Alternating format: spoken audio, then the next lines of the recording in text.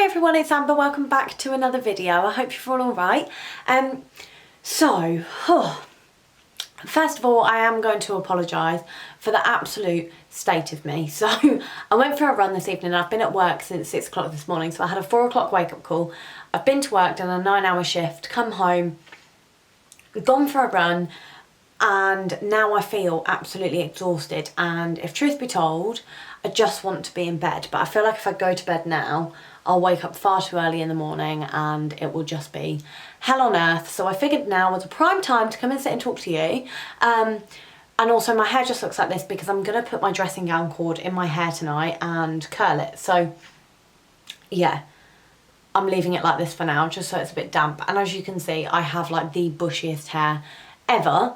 It's still quite orange, it's still quite not at the blonde that we want, but it's been bleached so much in the last 5 months that we're giving it a bit of a breather so that it doesn't snap. So this is what you're getting tonight. I always said what you see is what you get, so just keeping it real, hun, just keeping it real. I really do look like a bush though, this is a bit much. You'll do your hair and it will be the most carefree, like makeup free look ever, and you'll look $1 million, but then when you try to photograph it or you try to do like go out in public, you look like a thumb. Like that's how I feel I look today. I feel like I look like an actual thumb. No, this really isn't going to plan. Okay, it's just gonna have to do. Maybe I'll put my hood up. Na na na. I look like I'm in N-dubs. This evening I thought I would take things back to the IVF. So the reason I have decided today to sit and talk to you all about the IVF is because tomorrow marks the date where, had our IVF worked, I would have been 12 weeks pregnant tomorrow. And that seems to have triggered some emotion for me, which I wasn't quite expecting. So I figured it was a good idea to kind of make this video centered around that, and this week sit and talk to you about that, as ultimately that was why I set up my channel in the first place. So get yourself cozy, get yourself a cup of tea, get yourself whatever you want. I've gone for orange juice today, trying to keep hydrated and all that. So get yourself a nice drink, get yourself sat all comfy, pause this video, make sure you've hit the subscribe button, and we're gonna get talking. And for the first time in a while, we're gonna talk all things vagina. So since our IVF failed, we have been in lockdown. So we haven't been able to kind of go out and socialise with our friends and family since it failed. And I think in a way, this has been a bit of a blessing in disguise for me, as I have felt kind of like it has given me the time to grieve by myself, and like I've not needed to even pretend I'm okay to other people. Like if people, I said before in one of my previous videos, it would be something like if somebody wanted to ring me or somebody wanted to send me a text and check in, I could choose whether or not I wanted to have that conversation there and then, in the sense that I could reply to that message in 3 hours time and it wouldn't be like I was ignoring them. And it gave me time to kind of recuperate my thoughts and think about where I was and where I wanted that conversation to go before I replied. Whereas had we not been in lockdown and we've been able to see whoever we wanted when we wanted, those first few days would have been really quite intense. Everybody asking how I was, everybody wanted to talk, everybody wanted to give me hugs, and I feel like it would have maybe triggered me too much in the other direction, and I feel like I would have had a really emotional few weeks, really, and I didn't have that. And I think I would have the odd day where I was really upset and where it kind of felt like the world was ending. Like that is the only way I can describe it. Like you really do feel like you're grieving, and I think you are grieving. I think it is fair to say that this is some form of grief because it is a loss. And no, okay, you can't compare it really to losing a child or anything like that, but ultimately you invest everything in that embryo, and when they put that embryo inside you, you are in your head pregnant until proven otherwise. And not just in your head, you are technically pregnant until proven otherwise. And so when you test, you are 4 weeks pregnant, obviously if it's worked. You have formed that attachment to that embryo, and then suddenly everything is taken away from you, and it is ultimately everything that you have ever wanted. You have invested so much time, so much effort, so much money into this that of course a negative result is going to be absolutely heartbreaking. So I have spent the last 8 weeks being okay, if I'm really honest. And I think there have been times where I have found it insanely hard, and there are nights where I will go to bed and I will cry myself to sleep because I still feel like there is this huge gaping hole in my heart, and I don't think that will ever fully go away. Marco and I are not at the point where we are giving up on this. We are not at the point where we have said enough is enough, we look at alternative routes. We have not got to the point where we have said enough is enough, we aren't going to give IVF any more attempts. We haven't hit that point yet. We haven't, to be honest, got anywhere near that point. I think, as I've said before, I have reached a point with my mental state where I feel like I need to accept that it might never happen. And I do feel like I'm on the right track with that. And it's little things like I have given adoption a thought, whereas beforehand I would not dismiss it. I think dismiss it is the wrong word, but I've been very vocal about the fact that I don't think adoption is something that we would consider at the moment, because I feel like I would just be replacing the child that I couldn't have. And if it ever came to the point of us adopting, I would need to be 100% sure that that wasn't what I was doing, and that I wanted that child as much as I wanted my own, if not more. So that is where I am with that, but it's something that I've thought about, and I have been able to sit here and think, well, if it doesn't ever happen, perhaps that is a route that we will go down. It's a big perhaps, but the thought has crossed my mind. I have sat there and kind of looked forward to the future. I have looked forward to the next few years. It's little things like applying for jobs. And so when I have a look at jobs, there are jobs that are like fixed term contracts, and I'm like, usually I would be a bit like, I don't know, because then if that ends in a year, then I've got to find a new job, and then I have to stay in that job for a certain amount of time before I would qualify for the maternity pay, and all things like that to try and consider. They don't seem to enter my mind as much now. Like, I seem to be a bit like, right, well, cool, well, I can't put everything on hold anymore. And I seem to be very much on that track, which is a good thing. I do think it's a really good thing. I think there are times where I can't believe I'm even saying it, but there are times where I have sat there and I have said to Marco, or we've been watching something on the telly, or we've been in a situation where we've gone, thank God we haven't got kids. And it hasn't been a thank God we haven't got kids, God, who would want them, we don't ever want them now. It hasn't been that at all. That is so far from the truth, it's unreal. It's a feeling that we are having momentarily. So it is a feeling that, for example, we've been watching this program called Breeders, and if you haven't seen it, then I really, really recommend it. It's Martin Freeman, absolutely flipping hilarious, really, really, really good. But it is about a couple who have children and how their children drive them up the bend, and it is really, really, really funny, so I really do recommend it. But we would watch that and we would be crying with laughter because it is so funny, and there are times watching that where you just know that our friends with children have had similar situations, or when we were children we put our parents through similar situations, and in our head it was, God, thank God we haven't got to deal with that just yet. And it's things like that that have gone through our heads, and when we sit there and we think, oh, well, you know what, obviously at the moment all our plans have changed and the holiday that we wanted hasn't happened this year, etc, etc.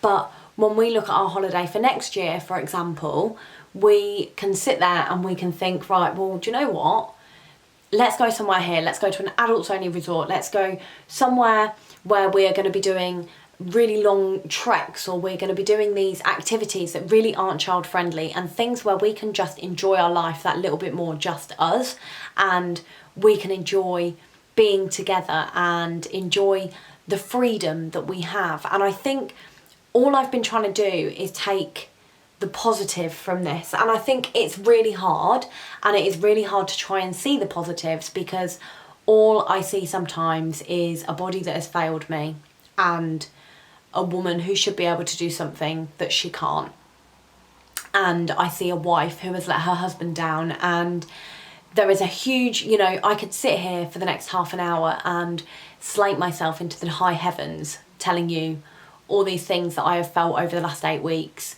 and over the last 5 years, if truth be told. But I feel like now I am also getting to a point where I can see the positives, and I can see, you know, actually my body's been through one hell of a lot, but now it can run 5k, which it hasn't been able to do in 12 years, if ever. And although to a lot of people that's not an achievement, to me that's a huge achievement. And it's things like that that had it worked, I wouldn't be able to do. And it's, you know, a very, very good friend of mine is going to be moving to London soon. And it's things like we now have sat there and gone, right, well, when this is all over, we're going to go out, we're going to go do this, we're going to go do that, we're going to go do this, we're going to go do that. And we have made plans of things to do that are fun, that, again, was I pregnant, I wouldn't be able to do. I have been, I think, also quite tangled up in the fact that, obviously, I've spoken to you before about the fact that my best friend is pregnant. So my best friend is now 8 months pregnant. She's due to give birth next month, and I am so excited for her. But at the same time, I think a lot of how I felt was, sorry, I've got something in my eye again, was due to the fact that I wanted us to be pregnant together, and I wanted us to go through that as friends, and I wanted us to experience the same things and be able to talk about it. And I was insanely worried that when her baby is here, we are going to drift apart, and she is going to want to spend all her time with her friends who have children, and so on and so forth. It's up to us both to make the effort, and I don't want that to happen. I would like to think that she doesn't want it to happen. And the other week I did a video where I spoke to you all about my 5-year plan, and my 5-year plan was very heavily based around if I didn't have children. And whilst having children was a huge part of that plan, it isn't something where I can say, right, in this year I am going to have a child. I can't sit here and say that 2022 is going to be my year. There is no guarantees for people like me.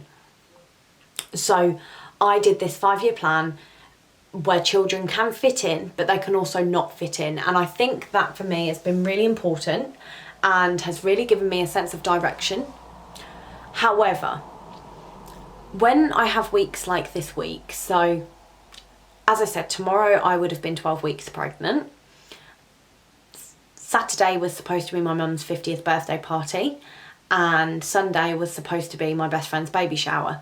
Now, in my head, when we initially started IVF, this was going to be a big week for us. It was going to be the week that we considered announcing it. It was going to be the week that I got to celebrate my friend's baby shower while knowing that it would soon be me. So when these weeks appear, I almost feel like they're just pulled from under me. And it's strange because you build it all up in your head and you plan everything when you start going through IVF, and you think, cool, well, I'll be having my scan around here and I'll reach this milestone when I'm here. Now, I know that if it had have worked, my child would have been due on the 2nd of December. And I know when the 2nd of December comes, I am going to find that a very hard day because of what should and what could have been. But it didn't end up that way. And for me now, the grief comes in ebbs and flows, and the grief comes when I least expect it, and it comes out of nowhere. So I have been fine. Like, genuinely, I have been fine. It's almost been like it hasn't happened. And yet the other day, I had my first natural bleed, and it was the heaviest I think I've ever had in my entire life, to the point where I bled through my clothes. And that was mortifying for me. And it's when things like that happen, when you have that natural bleed and when you have all that pain and you have everything that comes with it, that I think is when it hits you, and it hits you that it hasn't worked, and it hits you that you're back in the same situation again. And so that week is always difficult, and I think that week always kind of coincides with when you should have been hitting that first milestone, and obviously for us that wasn't the case. So I think the lockdown really has helped in an awful lot of ways with the coping, because, like I say, I can avoid it, but I don't think you should avoid it forever. I think it's something where I have written so much over the last few weeks, and it's little things like my journaling, or my blog posts, or even on Instagram, or just talking to people. Like, I feel like I've got so much out by doing it that way, and that is the only way I think I can really cope with it, because I feel like I'm getting it out without necessarily burdening anybody else, but I've said it. And once I've said it, and once I've got it on that piece of paper, it is out of my body and it isn't just in my head anymore. And a problem shared is a problem halved. And I think that is really important. I think I've also taken a long, hard look at myself and thought about what I want to change in myself, because I cannot carry on with my entire life being bitter and feeling sad about this, because it will ruin me, it will ruin my relationship, it will ruin my marriage, ruin my friendships. And I don't want that. I don't want to be that bitter woman. I don't want to risk potentially hitting 40 years old.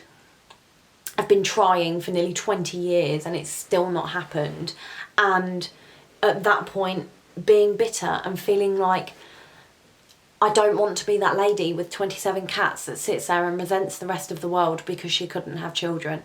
I don't want to be that woman. I want to be happy. I want to feel like I have a purpose, and I want to feel connected to myself in so many ways. And I think I have lost myself, and I feel like I am on this strange journey, if you like. I hate that word so much, but journey to discover who I am now, because infertility changes you. It really changes you. IVF changes you. Every step of this is a huge part of your life, and it's a huge part of your life that the majority of people are not going to understand.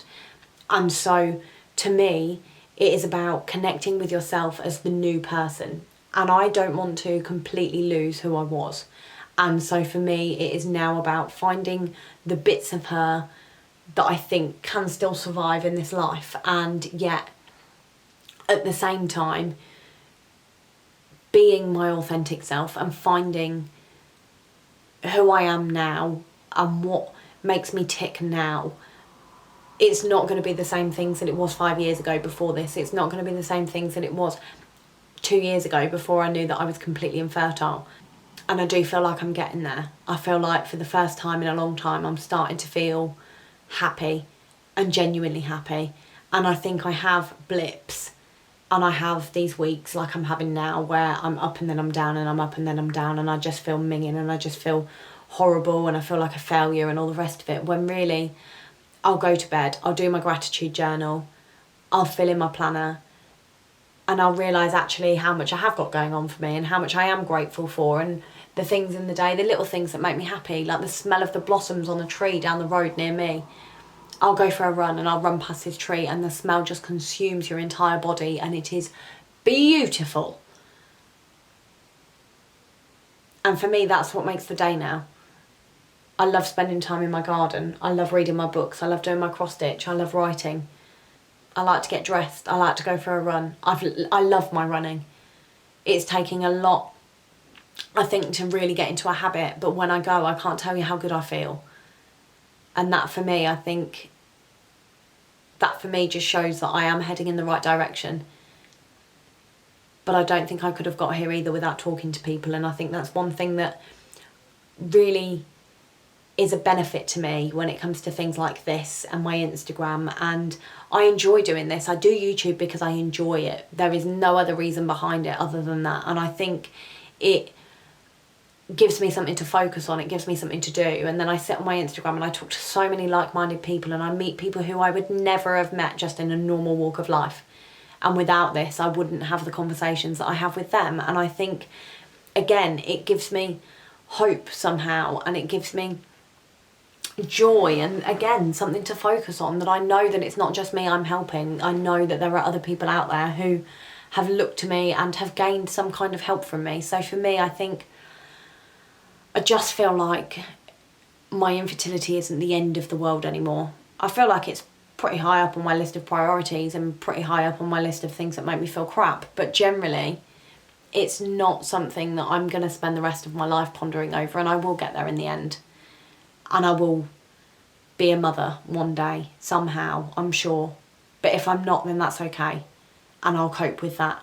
Because if I can cope with this, I can cope with anything. And that wasn't meant to be a big emotional speech either. But it's, you know,